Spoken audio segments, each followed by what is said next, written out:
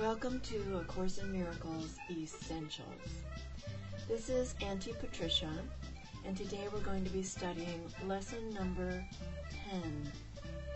My thoughts do not mean anything.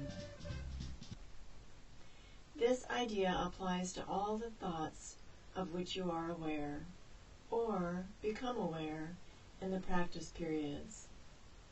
The reason the idea is applicable to all of them is that they're not your real thoughts. So far you have no basis of comparison between what is real and unreal. When you do, you will have no doubt that what you once believed were your thoughts did not mean anything. This time, instead of saying these thoughts, we're saying my thoughts. The emphasis now is on the lack of reality of what you think you think. This aspect of the correction process began with the idea that the thoughts of which you are aware are meaningless. They're outside rather than within. They are in the past rather than in the present. The presence of these thoughts means that you are not thinking. This is merely another way of repeating our earlier statement that your mind is really a blank. To recognize this is to recognize nothingness when you see it. And that is the prerequisite for vision. Close your eyes and say very slowly to yourself, my thoughts do not mean anything.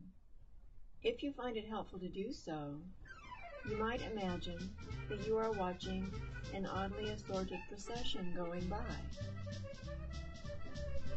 which has little, if any, personal meaning to you. As each one crosses your mind, say, my thought about alligators does not mean anything.